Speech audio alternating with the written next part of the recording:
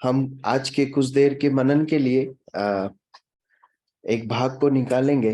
पहला कुरिन्थियों की पत्री, उसका पहला अध्याय और उसकी 1 आयत से 9 आयत तक हम पढ़ लेंगे। पहला कुरिन्थियों पहला अध्याय 1 से 9 आयत। First Corinthians chapter 1 verse 1 to 9। जल्दी से पढ़ने में मदद करें। पौलुस की ओर से, जो परमेश्वर की इच्छा से यीशु मसीह का प्रेरित होने के लिए बुलाया गया, और भाई सोस्थिनेस की ओर से परमेश्वर की उस कलीसिया के नाम जो कोरिन्थ में है, अर्थात उनके नाम जो मसीह यीशु में पवित्र किए गए और पवित्र होने के लिए बुलाए गए हैं, और उन सबके नाम भी जो हर जगह हमारे और अपने प्रभु यीशु मसीह के नाम की प्रार्थना करते हैं। हमारे पिता परमेश्वर और प्रभु यीशु मसीह की ओर से तुम्हें अनुग्रह और शांति मिलती रहे। मैं तुम्हारे विषय में अपने परमेश्वर का धन्यवाद सदा करता हूँ, इसलिए कि परमेश्वर का यह अनुग्रह तुम पर मसीह यीशु में हुआ, कि उसमें होकर तुम हर बात में अर्थात सारे वचन और सारे ज्ञान में धनी किए गए, और मसीह की गवाही तुमने पक्की निकली, यहाँ तक कि किसी वरदान में तुम्हें घटी नहीं, और तुम हमारे प्रभु यीशु मसीह के प्रकट होने के बाद जोड़ते रहते हो। वह तुम्हें अंत तक दृढ़ भी करेगा, और तुम हमारे प्रभु यीशु मसीह के दिन में निर्दोष ठहरो। परमेश्वर सच्चा है, जिसने तुमको अपने पुत्र हमारे प्रभु यीशु मसीह की संगति में बताया। परमेश्वर अपने वचन के पढ़े और सुने जाने पर आशीष दे। आइए हम प्रार्थना करें। हमारे प्रभु, ये आपके वचन हैं प्रभु। जब आप इस धरती पर थे तो आपके शिष्य आपसे आकर पूछते थे कि हमें ये समझा दीजिए, और आप उन्हें समझाते थे प्रभु। प्रभु, हमारी भी आज प्रार्थना है कि आप अपने वचन के द्वारा हमसे बात करें प्रभु।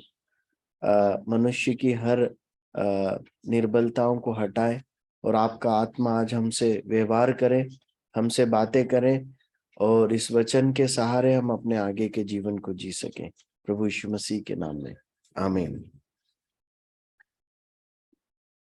पिछले दिनों मैंने अपने ध्यान मनन में इस पत्री को आरंभ किया, और प्रभु ने मुझे ऐसी अगुवाई दी कि जो बातें प्रभु से मैंने सीखी है वो आपके साथ भी बांटूं। देखिए, हम 1 आयत से 9 आयत तक जो हमने पढ़ा है, जब भी हम परमेश्वर के वचन को पढ़ते हैं, किसी की भी भाग को पढ़ते हैं, तो 2 प्रकार से वो हमसे बातें करता है। पहला जो प्रकार है, या जो परमेश्वर का वचन हमसे बात करता है, वो किस संदर्भ में परमेश्वर का वचन लिखा गया है उसे समझने के द्वारा, किस परिस्थिति, किस माहौल में, किस विषय को ध्यान में रखते हुए वो हमसे कहा गया है। जब हम इस बात को ध्यान में रखते हुए वचन पढ़ेंगे तो परमेश्वर का वचन हमसे एक प्रकार से बात करता है, और दूसरे प्रकार से सीधे जिस आयत को हम पढ़ रहे हैं, जिस भाग को हम पढ़ रहे हैं, वो सीधे हमसे बात करता है। तो आपने अनुभव किया होगा, जब हम परमेश्वर के वचन पर व्यक्तिगत रीति से मनन करते हैं या कलीसिया में सुनते हैं, तब किसी आयत के पीछे जो संदर्भ है, जब हम उन्हें मनन करें तो कई नई बातें परमेश्वर का वचन हमें सिखाता है, और साथ ही सीधा जो वचन जैसा लिखा है वैसा ही हमसे अनेक प्रकार से बातें करता है। तो इससे पहले कि हम इस पत्री के आरंभिक बातों को मनन करना शुरू करें जिसे हमने पढ़ा है, थोड़ा सा इसके संदर्भ को हम समझ लेते हैं। इस पत्री का लेखक कौन है? पौलुस है। पौलुस ने इस पत्री को लिखा है। किस कलीसिया को लिखा है? कुरिन्थ की कलीसिया को लिखा है। लेकिन उसने साथ साथ में ये भी स्पष्ट किया गया है कि कुरिन्थ की कलीसिया के साथ साथ ये सारी कलीसियाओं को भी संबोधित किया गया है जो प्रभु यीशु मसीह के नाम में प्रार्थना करती। पौलुस ने अपनी द्वितीय मिशनरी यात्रा के दौरान कुरिन्थ शहर में यात्रा की थी, और कुरिन्थ शहर में उसके साथ इस सेवा में, कुरिन्थ शहर में जो सुसमाचारीय सेवा हुई, उसके साथ कुछ और मुख्य लोग भी थे, बता सकते हैं उनके नाम? एक परिवार था, अक्विला और प्रिस्किला, है ना। उसको हम पढ़ते हैं प्रेरितों के काम 18 अध्याय, प्रेरितों के काम 18 अध्याय और उसकी 1 से 8 आयत यदि आप पढ़ेंगे, निकाल लीजिए, प्रेरितों के काम 18 अध्याय 1 से 8 आयत।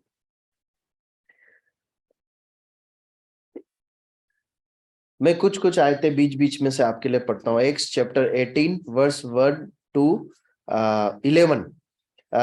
मैं आपके लिए कुछ आयतों को पढ़ता हूँ। पहली आयत में हम देखते हैं कि पौलुस अथेनो को छोड़कर फिर कुरिन्थिस में आया और वहां पर लिखा है, वहां अक्विला नाम एक यहूदी मिला जिसका जन्म पुंतुस का था और अपनी पत्नी प्रिस्किल्ला समेत इतालिया से नया आया था। पौलुस जब कुरिन्थी में आया तो ये परिवार उसे मिला और इन दोनों का एक जैसा काम था। ये लोग तंबू बनाने का काम करते थे, साथ साथ में ये सेवा भी करते थे। देखिए ये संदर्भ है ना, हमें आगे मनन में बहुत मदद करेगा परमेश्वर के वचन को सुनने में। तो याद रखिएगा, साथ में मिलकर तंबू का काम करते थे, साथ में मिलकर प्रभु की सेवा करते थे। ठीक है। उसके बाद पौलुस की मतलब इस प्रकार की आदत थी कि वो हमेशा जिस भी शहर में जाता था वो यहूदी आराधनालय को टारगेट करता था। मतलब परमेश्वर के लोगों के जो आराधना स्थान थे, जो लोग व्यवस्था को पढ़ते थे, वहीं पर वो पहले जाकर सुसमाचार सुनाया करता था। यहाँ भी उसने वैसा किया, लेकिन उन्होंने जब परमेश्वर के वचन को सुनना न चाहा तो फिर वो अन्य जातियों की ओर मुड़ता है। मतलब कुरंत शहर के जो लोकल निवासी थे, हम इंदौर के इंदौरी हैं, वैसे वहां के कुरंत शहर के जो कुरंथी लोग थे उनकी ओर वो गया। वो लोग क्या यहूदी थे? नहीं, वो लोग कौन थे? अन्य जाति लोग थे, वो मूर्ति पूजक अन्य जाति लोग थे। पौलुस उनकी ओर अपनी सेवा का रुख करता है और लगभग 1.5 साल रहकर वहां सेवा करता है। और आप पढ़ेंगे 8वीं आयत में ये ऐसा लिखा है, प्रेरितों के काम 18 आयत। तब आराधनालय के सरदार क्रिस्पुस ने अपने सारे घराने समेत प्रभु पर विश्वास किया और बहुत से कुरंथी, वहां के जो लोकल लोग थे, सुनकर विश्वास लाए और बपतिस्मा लिया। तो ये जो है इस कलीसिया का, कुरंथ शहर का और वहां की कलीसिया का संदर्भ है। वहां के इस कुरंथ शहर के अधिकांश लोग, जब इस पत्री को लिखा जा रहा है, ज्यादातर लोग कैसे हैं? अन्य जाति भी, यहूदी भी हैं, लेकिन मुख्य रूप से ज्यादातर लोग अन्य जाति। उसके बाद यदि आप इस शहर के बारे में पढ़ेंगे ना, तो ये एक बहुत बुरा एक शहर था। मतलब इसकी पहचान एक अच्छे एक शहर के रूप में पहचान नहीं थी। जैसे हमारे इंदौर शहर की पहचान कैसी है? अच्छा, हाँ, हम नंबर 1 है, स्वच्छता में नंबर 1 है। लेकिन कुरंथ शहर के विषय में यदि आप पढ़ेंगे ना उस समय पर, तो इतिहास बताता है कि वो बहुत एक अनैतिकता में डूबा हुआ और हर प्रकार के पाप में करने वाला एक शहर था। वो एक बहुत वहां पर बहुत बिजनेस अपॉर्चुनिटीज जरूर थे, चारों तरफ से लोग वहां पर आकर अपना बिजनेस करते थे, वहां पर बंदरगाह थे। उस वजह से अलग अलग जगह के अलग अलग धर्म को मानने वाले, विश्वास करने वाले लोग वहां पर आते थे। इसलिए वहां पर बहुत प्रकार की झूठी शिक्षाएं और अलग अलग परमेश्वर के बारे में ज्ञान था। साथ ही वहां पर अनैतिक ऐसे स्थान थे जहां पर देह व्यापार किया जाता था, वरन उसके लिए मतलब अनुमति थी, और अनेक मूर्तियों के भंडार वहां पर थे। ऐसा एक शहर था यह कुरंथ शहर। लेकिन प्रभु के अनुग्रह से पौलुस और अक्विला प्रिस्किल्ला के द्वारा वहां पर वचन पहुंचा और एक कलीसिया का निर्माण हुआ। अब जब कलीसिया का निर्माण हुआ, पौलुस 1.5 साल के बाद वहां से जब चला गया, तब कलीसिया के बारे में कुछ जानकारी उसे मिली, जिसमें उसको पता चला कि कलीसिया में कई समस्याएं हैं। उस समस्याओं को संबोधित करने के लिए और साथ ही परमेश्वर के वचन से कई सच्चाइयों को कलीसियाओं को अवगत कराने के लिए पौलुस ये पत्र लिख रहा है। ठीक है, मैं सोचता हूं इतना संदर्भ काफी है। अब हम आयतों पर मनन करना आरंभ करते हैं। पहली आयत पढ़ लीजिए, क्या लिखा है। परमेश्वर की इच्छा से यीशु मसीह का प्रेरित होने के लिए बुलाया गया है, और भाई सोलिनेस की ओर से, पौलुस की ओर से जो परमेश्वर की इच्छा से यीशु मसीह का प्रेरित होने के लिए बुलाया गया। पौलुस अपना इंट्रोडक्शन दे रहा है, जो खुद वहां सालों रहकर सेवा की, जब पत्र लिख रहा है तो अपने बारे में कुछ बता रहा है। वो क्या कह रहा है, मैं परमेश्वर की इच्छा से यीशु मसीह का प्रेरित होने के लिए बुलाया गया। देखिए ये बाइबल है ना, परमेश्वर के बारे में एक बहुत बड़ी सच्चाई जो प्रकट करती है वो ये है, इस आयत में भी हम देखते हैं कि जो भी लोग परमेश्वर को, सच्चे परमेश्वर को खोजते हुए परमेश्वर के पास आते हैं ना, परमेश्वर उन्हें अपने पुत्र के पास भेजते हैं। जो भी परमेश्वर के पास आना चाहते हैं, परमेश्वर उन्हें पुत्र के पास भेजते हैं। जो भी परमेश्वर की सेवा करना चाहते हैं, परमेश्वर उससे किसकी सेवा कराते हैं, अपने पुत्र की सेवा करवाते हैं। यहां पर क्या लिखा है, परमेश्वर की इच्छा से, परमेश्वर की इच्छा से, लेकिन प्रेरित किसका है, प्रभु यीशु मसीह का, प्रभु यीशु मसीह का प्रेरित।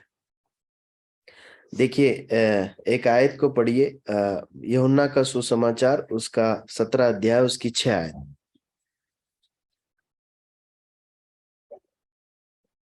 यूहन्ना 17 अध्याय उसकी 6 आयत।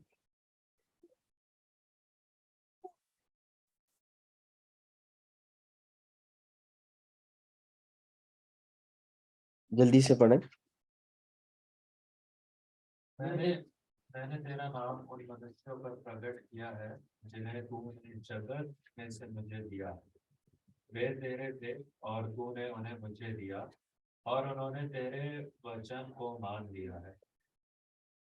परमेश्वर ने प्रभु यीशु मसीह को दिया, है ना, क्या लिखा है वहां पर, वे तेरे हैं, तूने मुझे उन्हें दिया। प्रभु यीशु मसीह प्रार्थना कर रहे हैं पिता से। उस प्रार्थना में वे बता रहे हैं कि हम सब परमेश्वर के हैं, लेकिन परमेश्वर ने हम सबको किसको दिया है, प्रभु यीशु मसीह को दिया है। हम सब प्रभु यीशु मसीह के चेले होकर ठहराए गए हैं। देखिए जब मैं इस भाग पर मनन कर रहा था, हम जब शिष्यों की बात करते हैं तो परमेश्वर के शिष्य नहीं परंतु प्रभु यीशु मसीह के शिष्य ऐसा कर कर देखते हैं। प्रभु सहायता करे। यहाँ पर हम देखते हैं कि परमेश्वर जो है, जो लोग परमेश्वर के पास आते हैं, परमेश्वर पर विश्वास करना चाहते हैं, परमेश्वर की सेवा करना चाहते हैं, परमेश्वर उन्हें अपने पुत्र प्रभु यीशु मसीह के पास भेजते हैं। इसीलिए परमेश्वर के वचन में हम देखते हैं, प्रभु यीशु मसीह ने कहा मार्ग में हूं। पर प्रभु यीशु मसीह को बाईपास करके या प्रभु यीशु मसीह को हटाकर सीधे कोई परमेश्वर के पास नहीं जा सकता। इसलिए इस धरती पर यदि किसी को भी परमेश्वर को जानना है, परमेश्वर के पास आना है, परमेश्वर की सेवा करना है, तो उनके लिए एक ही व्यक्ति है जिसे परमेश्वर ने रखा है, कौन, प्रभु यीशु मसीह। ठीक है, दूसरी बात हम इस बात में सीखते हैं, दूसरी बात हम इस भाग में सीखते हैं वो ये है कि पौलुस इस प्रकार कहता है कि मैं मसीह यीशु का प्रेरित होने के लिए बुलाया गया। देखिए इस धरती पर रहते हुए हमें अपनी आत्मिक बुलाहट को पहचानना बहुत जरूरी है। कुरंथ की शहर में रहते हुए पौलुस क्या काम करता था, हमने संदर्भ में देखा, क्या करता था, तंबू बनाता था। लेकिन जब वो कलीसिया को संबोधित कर रहा है तो वो ये नहीं लिख रहा है कि मैं तंबू बनाने का काम करता हूं, पर वो क्या कह रहा है, मैं प्रभु यीशु मसीह की सेवा के लिए बुलाया गया, उसका प्रेरित होने के लिए बुलाया गया। प्रियो, इस धरती पर रहते हुए हम कुछ भी काम क्यों ना कर रहे हो मालूम है? मैं प्राइवेट एक अस्पताल में नौकरी करता हूँ, हमारे कुछ भाई का खुद का बिजनेस है।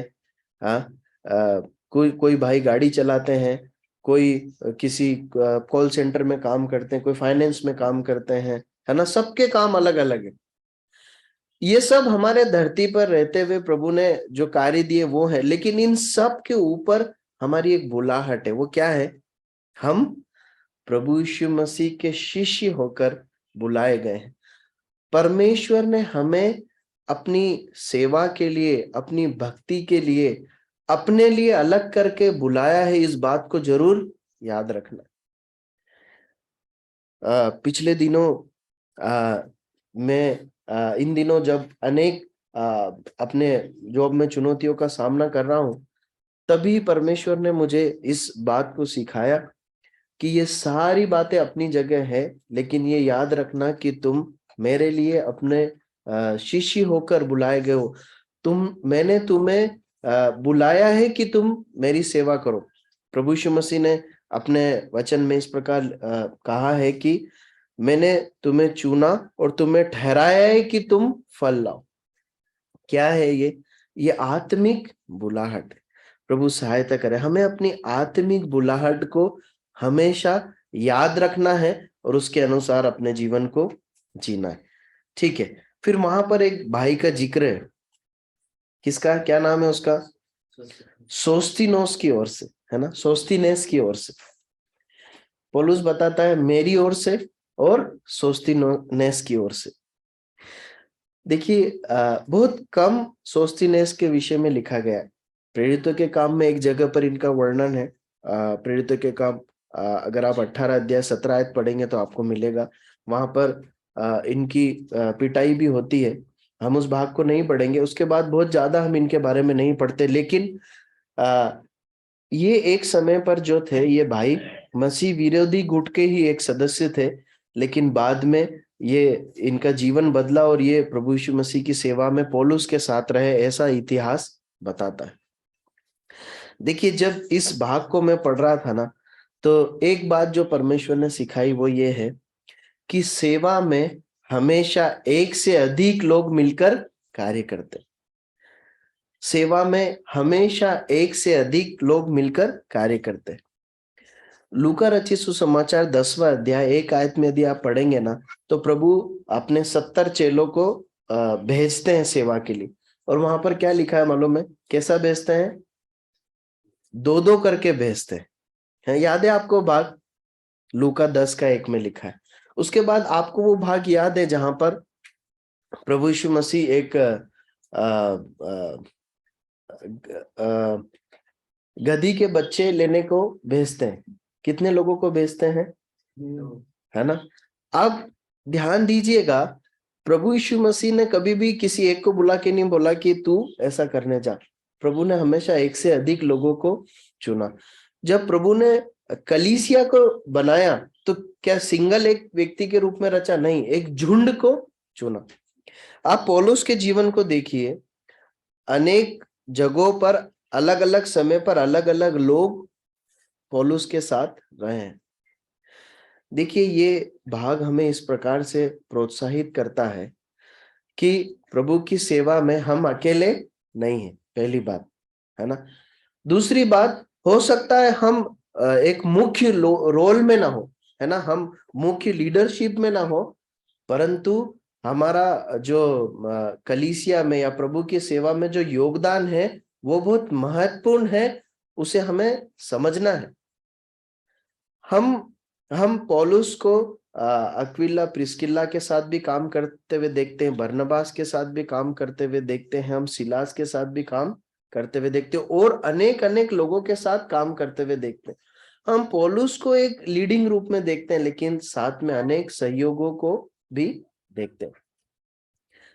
चाहे हम नेतृत्व में ना हो, हम मुख्य लीडर के रूप में ना हो, परंतु जहां पर भी है हम सेवा में, परमेश्वर की सेवा में किसी न किसी के साथ सहयोगी हैं। आप समझ रहे हैं? सहयोग, देखिए ये क्यों समझना जरूरी है मालूम है?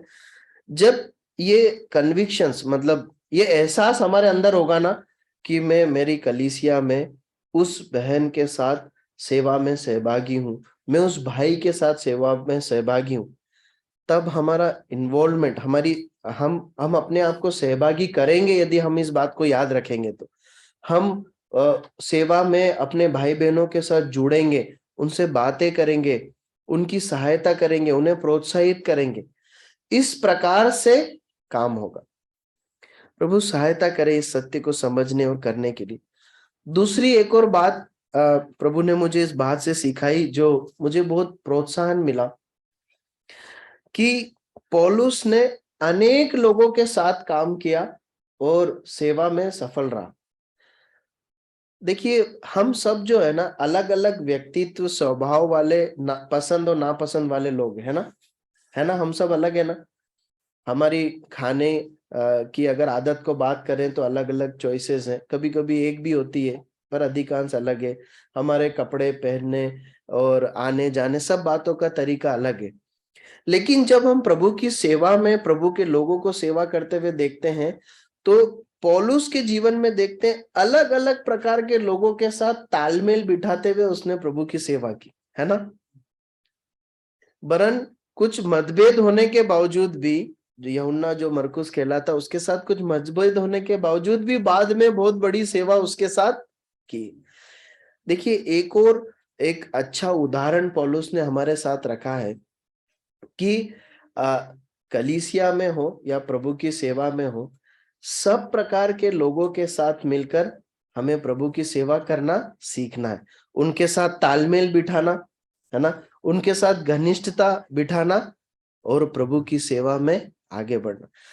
ऐसा नहीं होना चाहिए कि ये जो विशेष एक या दो भाई है बहन है, इनके साथ तो मेरी बहुत बढ़िया पड़ती है, मतलब हम दोनों सब विचार भी एक जैसे हैं, बातें भी एक जैसी, आदतें भी एक जैसी, तो बस इनके साथ मैं कर पाऊंगा और बाकी उनके साथ तो मेरा संभव नहीं है क्योंकि वो जमती नहीं है। ऐसा एक नजरिया नहीं होना चाहिए। ये एक अनात्मिक सोच है या ये एक संसारिक एक विचारधारा है, परंतु परमेश्वर का वचन ऐसा नहीं बताता। हम परमेश्वर के वचन में नए नियम की कलीसिया को बड़े ही एकता के साथ आपस में सामंजस्य बिठाते हुए, प्रेम करते हुए, मदद करते हुए, प्रभु की सेवा में आगे बढ़ते हुए देखते। देखिए पुराने जो भक्त हुए हैं ना, जब मैं भक्त बोल रहा हूं तो मैं न केवल बड़े बड़े परमेश्वर की सेवा करने वाले लोगों की बात कर रहा हूं, परंतु उन हर साधारण विश्वासी की बात कर रहा हूं जो उस समय कलीसिया में था। हमारे सामने एक बहुत उत्तम उदाहरण रखा है जिसे हमें फॉलो करना बहुत जरूरी है, अपने जीवन में लागू करना बहुत जरूरी है।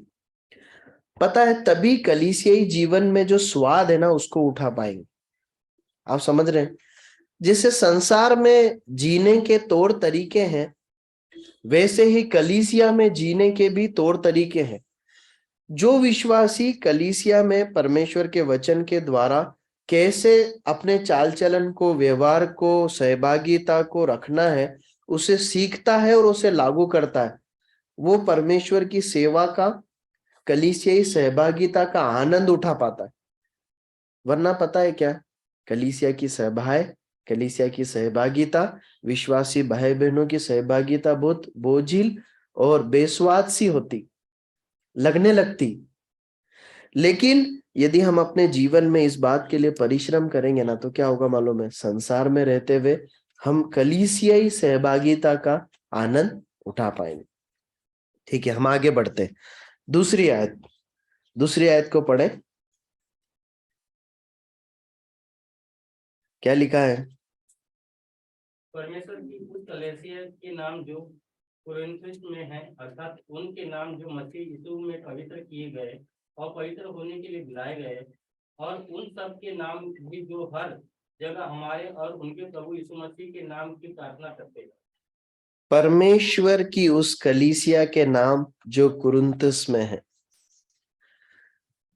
एक और बात हम इस भाग में सीखते हैं, कलीसिया परमेश्वर की कलीसिया है, कलीसिया परमेश्वर के द्वारा स्थापित की जाती और परमेश्वर अपनी कलीसिया को जहां चाहे वहां स्थापित करने में योग्य या सक्षम है, वो करता है। कुरिन्थ शहर जैसे एक ऐसे अनैतिक और पाप में डूबे हुए शहर में परमेश्वर ने अपनी कलीसिया स्थापित की।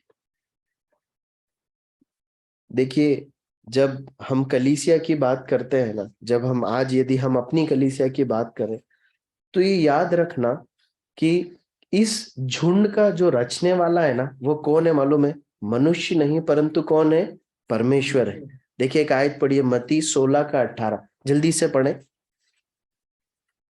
मत्ती 16 का 18, मैथ्यू चैप्टर 16 वर्स 18। मैं भी तुझसे कहता हूँ, तू पतरस है, मैं इस चट्टान पर अपनी कलीसिया बनाऊंगा और अधोलोक के फाटक उस पर प्रबल ना होंगे।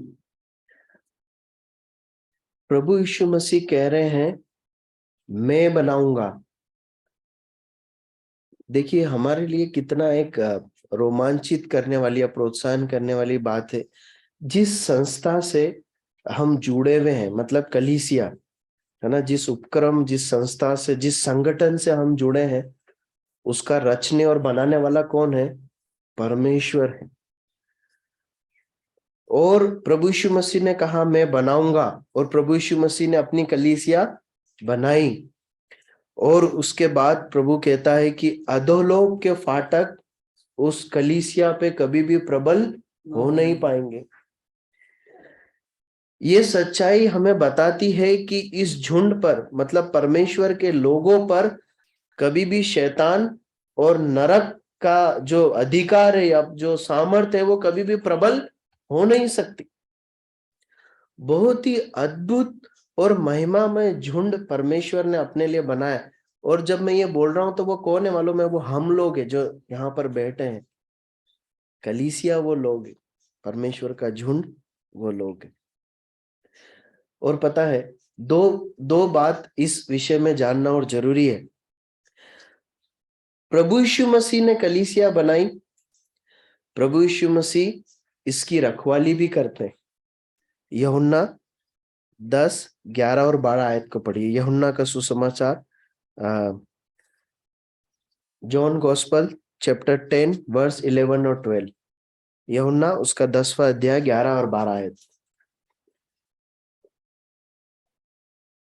अच्छा चरवा मैं हूँ, अच्छा चरवा भेड़ों के लिए अपना प्राण देता है।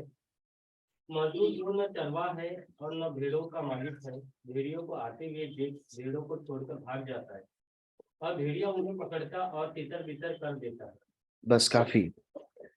देखिए, यहाँ पर कलीसिया को एक भेड़ के झुंड के रूप में और प्रभु यीशु मसीह को एक चरवाहे के रूप में बताया गया। न केवल प्रभु यीशु मसीह कलीसिया का बनाने वाला है, परंतु उसकी चरवाही करने वाला है, उसको चलाने वाला है, उसको लीड करने वाला, उसकी अगुवाई करने वाला, उसका नेतृत्व करने वाला, उसका भरण पोषण करने वाला है, और साथ में उसकी रक्षा करने वाला भी है। ये कारण है कि प्रभु यीशु मसीह कलीसिया की रक्षा करता है, प्रभु यीशु मसीह कलीसिया को पालन पोषण करता है। शैतान और अधोलोक के फाटक उस पर कभी भी प्रबल हो नहीं पाएंगे। प्रियो, कितनी ही प्रोत्साहन देने वाली या हमें सुकून देने वाली बात है कि कलीसियाई रूप में हमें इस धरती पर कौन चलाता है? परमेश्वर चलाता है, प्रभु यीशु मसीह चलाता है। देखिए, हम सभी की पता है एक बहुत बड़ी जिम्मेदारी क्या है मालूम है? कि हम नियमित रूप से परमेश्वर के वचन को पढ़ते हुए प्रभु यीशु मसीह के साथ सहभागिता रखें। जब हर एक भेड़ अपने चरवाहे की आज्ञा को मानेगी, उसके साथ घनिष्ठ सहभागिता में रहेगी, तभी हम परमेश्वर की चरवाही में, प्रभु यीशु मसीह की चरवाही में, जैसे प्रभु हमें चलाना चाहते हैं, उस सुरक्षा में, उस चरवाही में आगे बढ़ पाएंगे। यही नहीं, एक बात और देखते हैं प्रकाशित वाक्य 12 अध्याय और 13 आयत। प्रकाशित वाक्य 12 अध्याय 13 आयत, जल्दी से पढ़े। प्रकाशित वाक्य 12 अध्याय और 13 आयत। और जब अजगर ने देखा कि मैं पृथ्वी पर नहीं, प्रकाशित वाक्य हाँ वही है क्या? हाँ दूसरा अध्याय 12 और 13 आयत पढ़िए, माफ कीजिए। प्रकाशित वाक्य दूसरा अध्याय 12 और 13 आयत।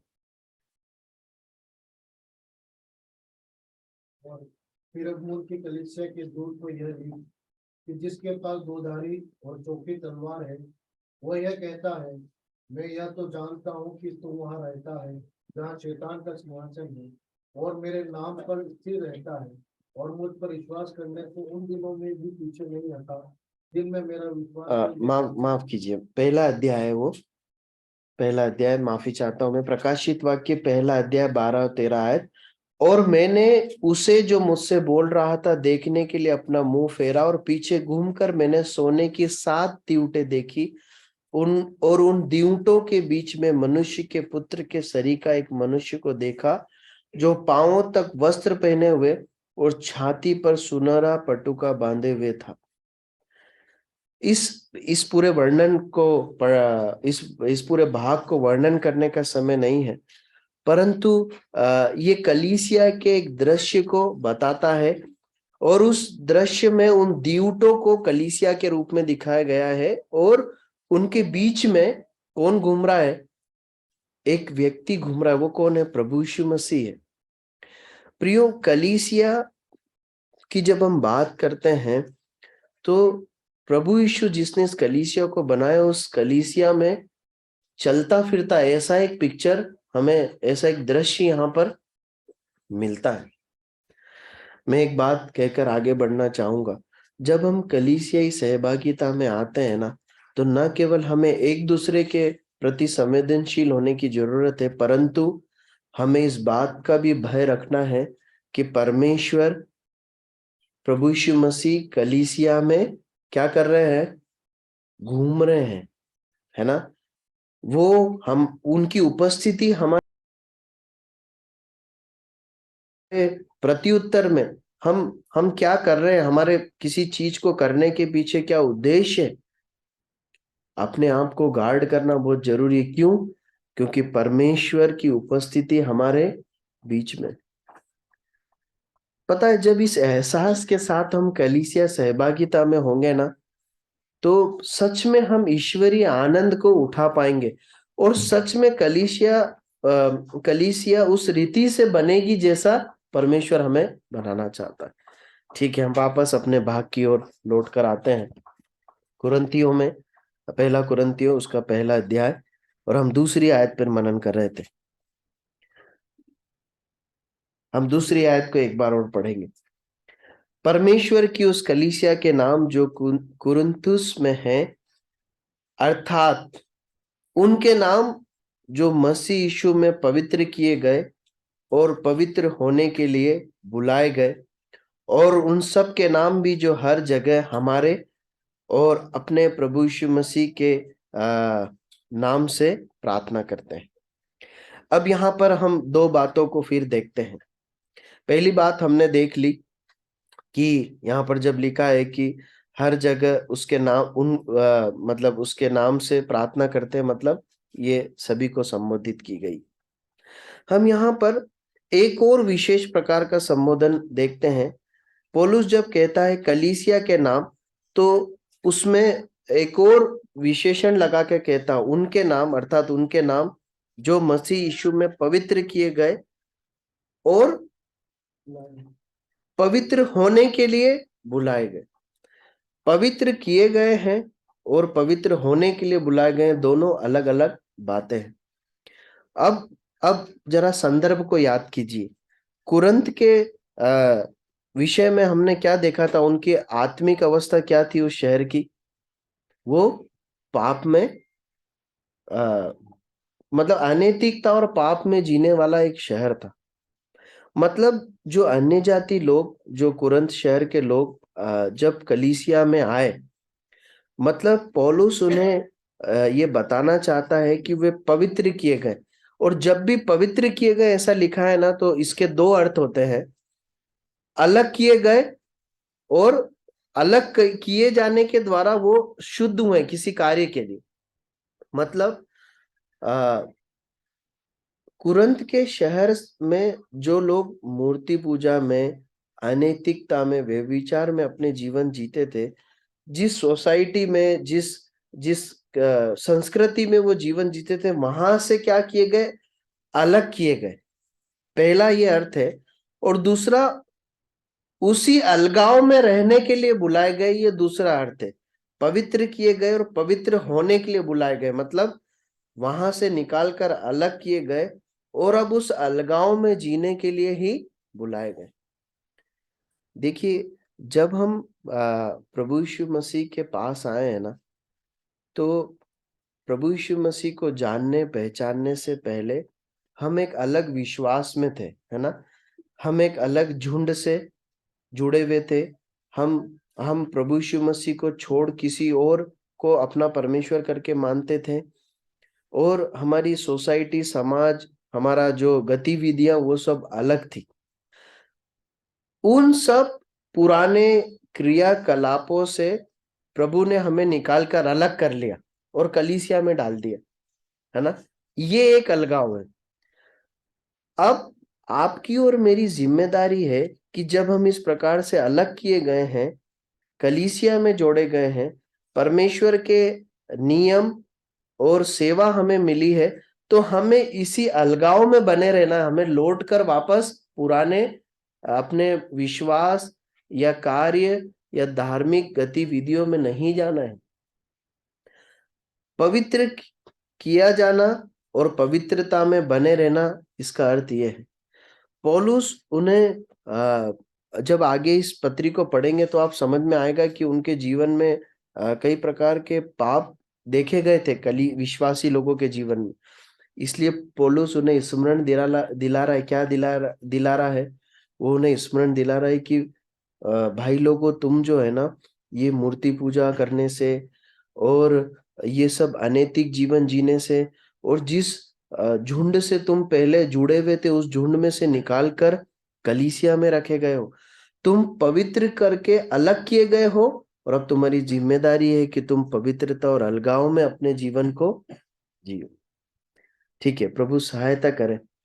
देखिए, ये दो पहलू बहुत महत्वपूर्ण है। अलग, कई बार अलग किया जाना हम समझते हैं, मतलब कई लोग जब प्रभु पर विश्वास करते हैं वो इस बात को समझते हैं कि मैं अलग होकर आया हूं। अब उस अलगाव में बने रहना भी बहुत बड़ी चुनौती। क्यों? कि वो पुरानी बातें जो है वो हमारे चारों ओर ही है। हमारे वो लोग, जो परिवार के वो लोग जो हैं, जो अभी तक विश्वास में नहीं है, हम उनके साथ भी सहभागिता में है। समाज है और वो जो संस्कृति, वो सारी है। तो ये ऐसे संभावना है कि हम वापस उसमें लौट जाएं या वो हमें खींचे। हमें क्या करना है? अपने विश्वास को थामे रखना है। हमें अपने उस अलगाव को पहचाने रखना है और आगे बढ़ना। ठीक है, आगे की आयत पढ़ते हैं। तीन आयत क्या लिखा है? हमारे पिता परमेश्वर और प्रभु यीशु मसीह की ओर से तुम्हें अनुग्रह और शांति मिलती रहे। परमेश्वर पिता और प्रभु यीशु मसीह की ओर से तुम्हें अनुग्रह और शांति मिलती रहे। पता है, इस संसार में रहते हुए परमेश्वर अपने लोगों को अपनी ओर से अनुग्रह और शांति देते। एक विश्वासी के लिए, मेरे और आपके लिए, जब हम अपना मसीह जीवन जी रहे हैं ना, परमेश्वर की ओर से अनुग्रह और शांति पाना बहुत जरूरी। इस संसार में बहुत सारी बातें हैं जो हमें शांति दे सकती है या नहीं है? आप मानते हैं इस बात को, है ना?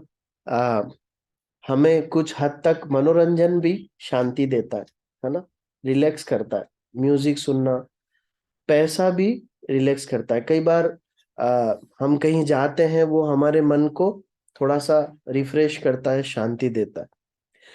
ये सब अपनी जगह है, लेकिन एक विश्वासी के रूप में मुझे इस बात को बार बार टटोलना है, जांचना है कि परमेश्वर की शांति और अनुग्रह मुझ में है या नहीं।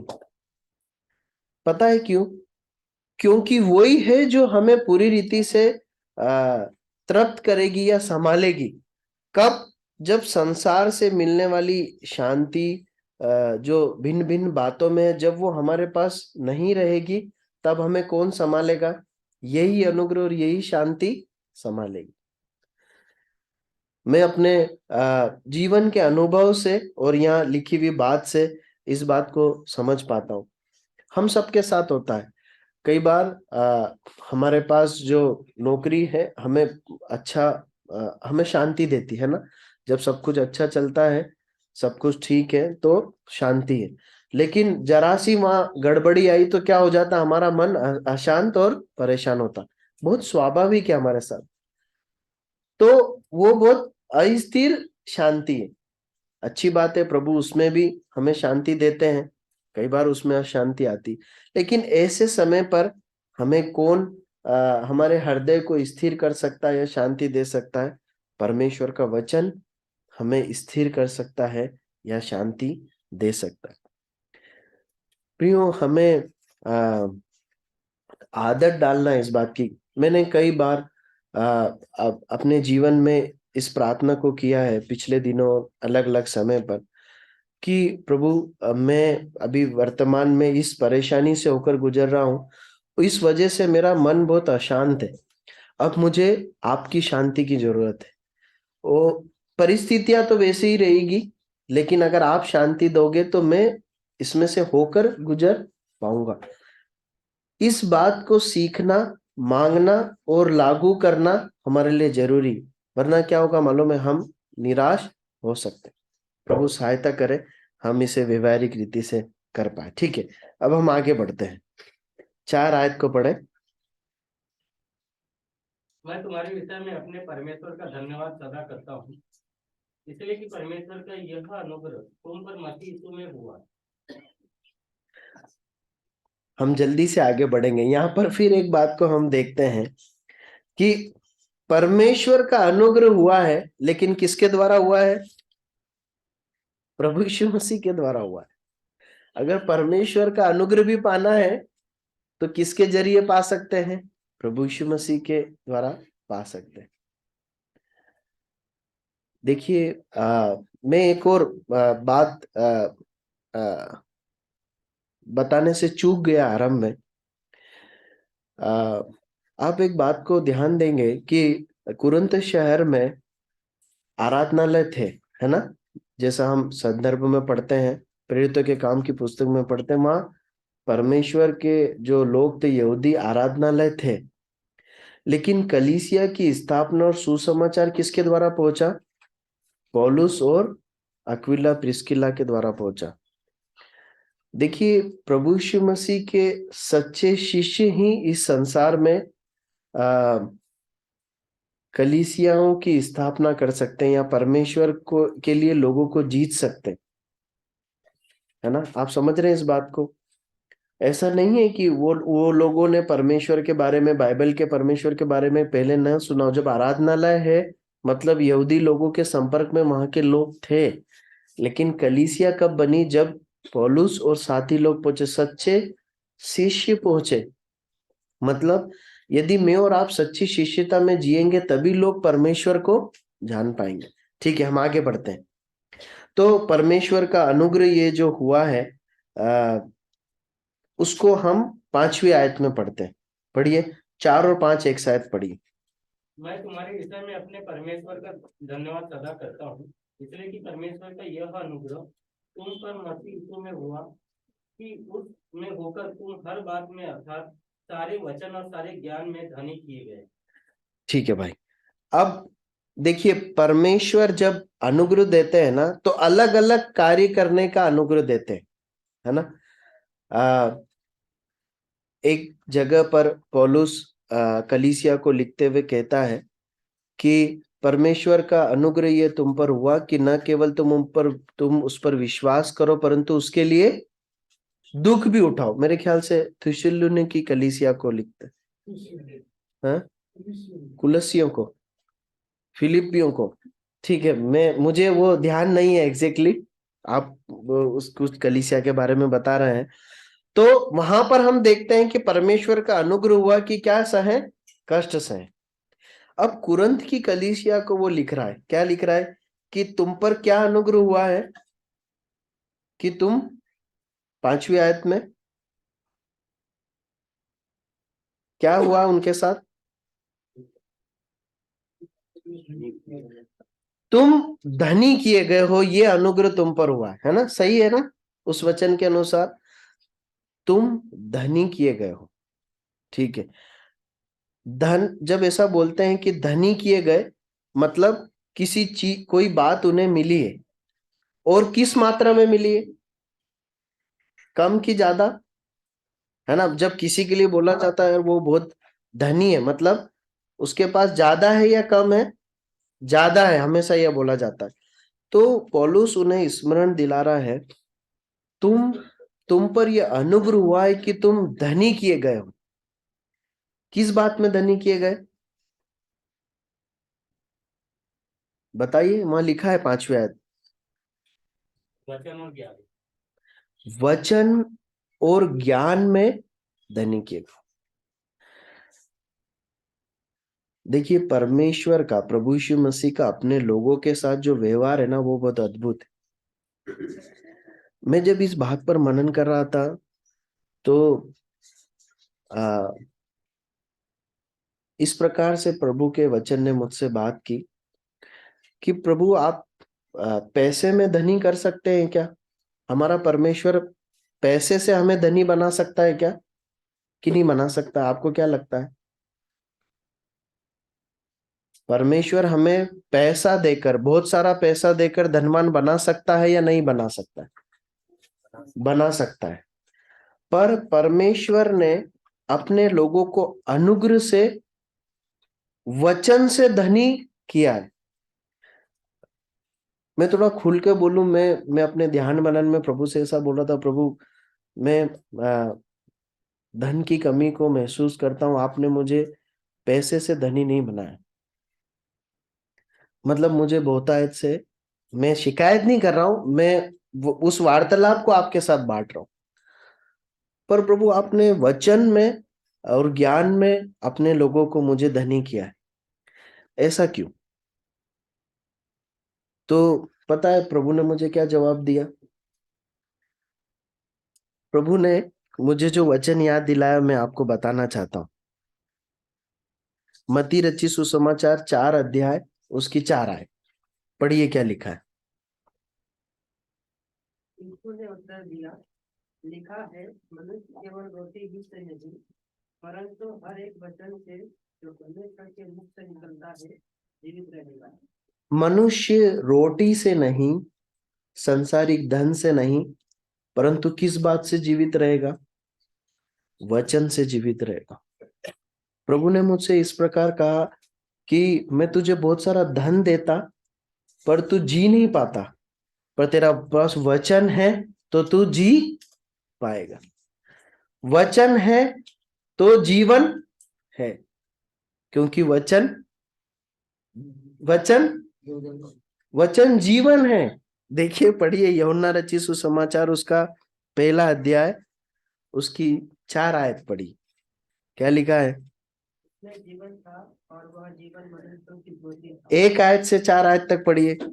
आदि में वचन था और वचन परमेश्वर के साथ था और वचन परमेश्वर था। यही आदि में परमेश्वर के साथ था। सब कुछ उसी के द्वारा उत्पन्न हुआ और जो कुछ उत्पन्न हुआ है उसमें से कोई भी वस्तु उसके बिना उत्पन्न नहीं हुई। उसमें जीवन था और वह जीवन मनुष्य की ज्योति था। वचन जो है वो जीवन है, इसलिए हमें जीवन दिया गया। हम उस जीवन में जो प्रभु यीशु मसीह के द्वारा है धनी किए गए। परमेश्वर ने अपने वचन को अपने लोगों के हाथ में देकर कहा है कि अब क्या करो, अब जियो, अब जियो, अब जीवन संभव है। धन हो ना हो, जीवन संभव है। रोटी हो ना हो, जीवन संभव है। आप समझ रहे हैं? कुछ भी हो या ना हो, परंतु जीवन संभव है। क्यों है? क्योंकि परमेश्वर ने अनुग्रह से क्या दिया है? अपने वचन को दिया है। दूसरी बात, आपको मालूम है, ये जो भाग हमने पढ़ा यूहन्ना पहला अध्याय 1 से 4 आयत में, इसके संदर्भ में एक और बात हम देख सकते हैं।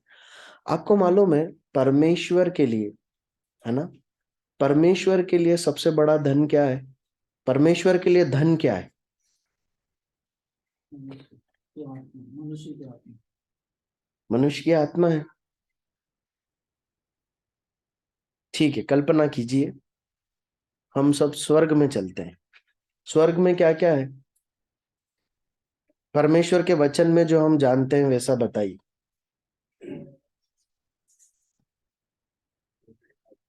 सोने की सड़क है, जीवन की नदी है, सिंहासन है, स्वर्गदूत है ना, कांच का समुद्र है, मोती के फाटक है, ये सब चीजें हैं। परमेश्वर है वहां पर। ठीक है, अब परमेश्वर के लिए इन सब में सबसे कीमती क्या है? परमेश्वर के लिए धन क्या है? क्या सोने की सड़क? क्या है?